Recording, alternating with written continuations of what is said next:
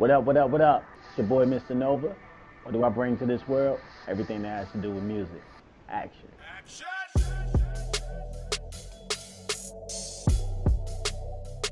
My first beat was trash. I started to keep it all the way on it. It was super garbage.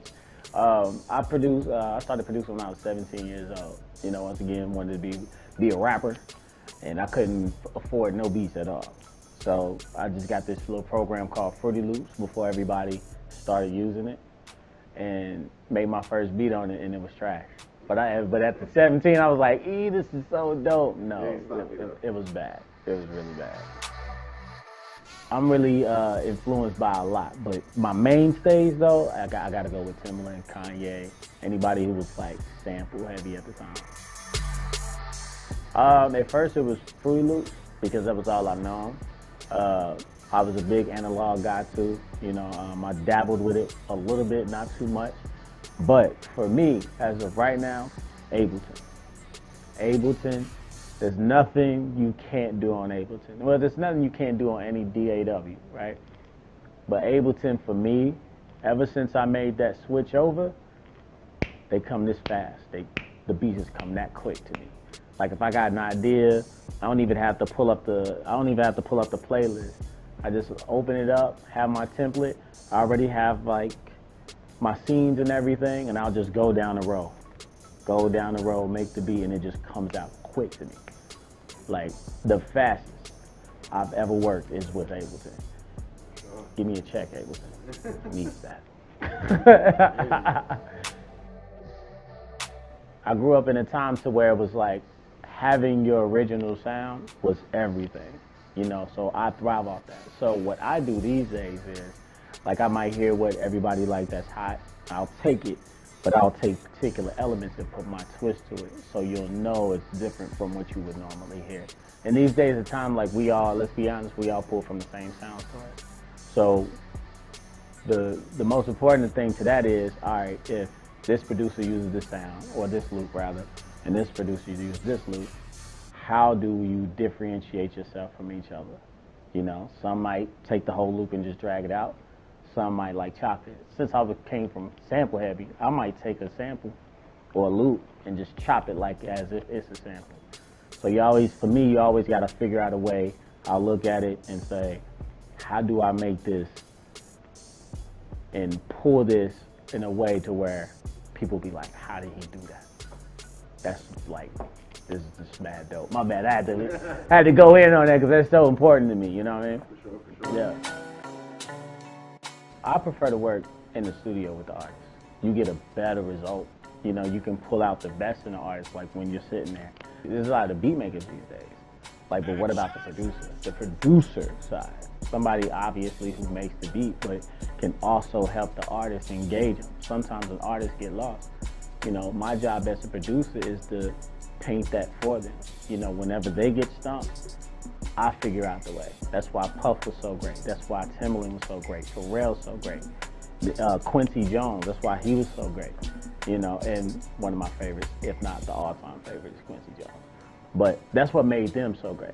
You know, you can email them now. There's some artists out here, you got like your Kendrick Lamars, the J. Cole's, the Futures, you know, even Young Thugs of the world, like, they can write without a producer around them because they know how to paint that picture. But sometimes just having a producer ear to help guide you will make it 10 times better. So I definitely prefer working closely, you know, with the artist.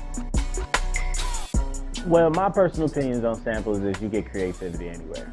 You know, everybody has sampled from the beginning of the times, man. Think about it, in the 50s, 60s, and 70s, how many covers did you hear from records? You know, there's, how many Ain't No Sunshine is it? You know, Jackson 5 got one, but you know, the original came from Gil Scott-Heron. You know, a lot of people don't even realize that. So when you covering a song like they were doing back in the days, it's no different from you sampling how we sample nowadays. I think what's so dope about sampling is that you can take an idea and you can gut it out and create a brand new idea. That to me is dope. But that doesn't take away from people who play, because from people who play is just even more magnificent. They're pulling chords out there, you know, out of nowhere, just from thinking it. So I feel like each side should stop bickering at each other and actually mold. Kanye West, Dr. Dre, those are two of the biggest, even Travis Scott. Those three are like some of the biggest examples. How many people know that Explosive by Dr. Dre is a sample? That's Isaac Hayes. That boom, boom, boom, boom, boom, boom, boom, boom. It's an interpolation, but it's a sample. And Explosive is one of the dopest hip hop records of all time. You know what I'm saying? How many people know that Stan's a sample? One of Eminem's biggest records of all time. You know, inspiration comes from everywhere. All right, the way that came together is I had a conversation with Rico. You know, he knew that I loved the sample. So he's like, yo, you know what you should do, bro?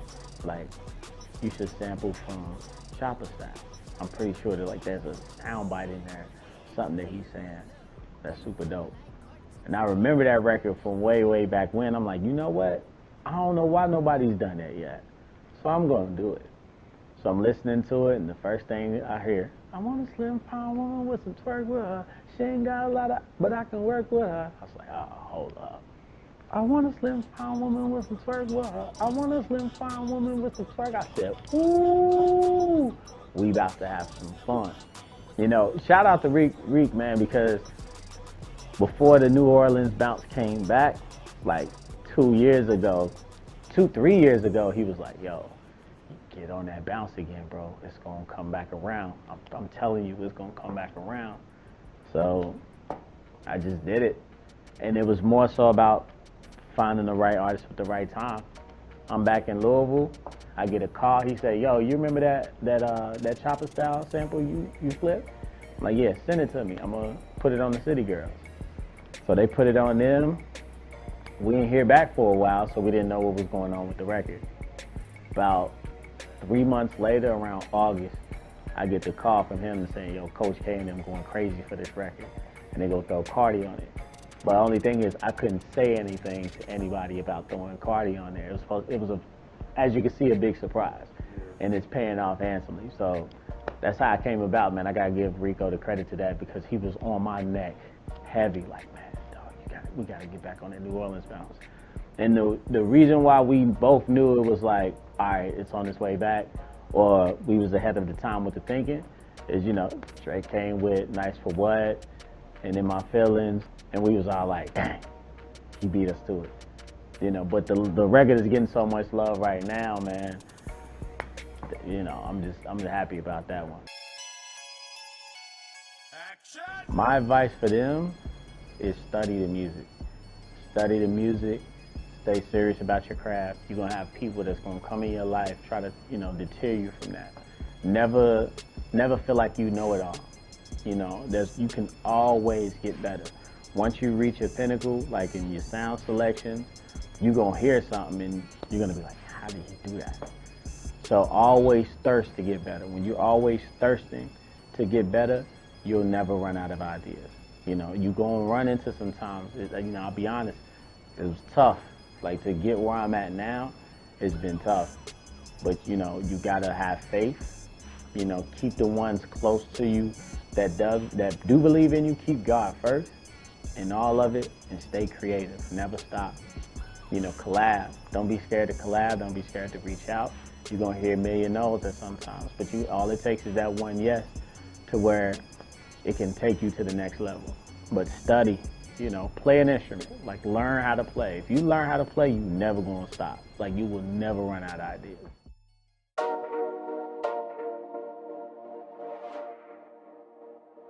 What up, it's your boy Mr. Nova.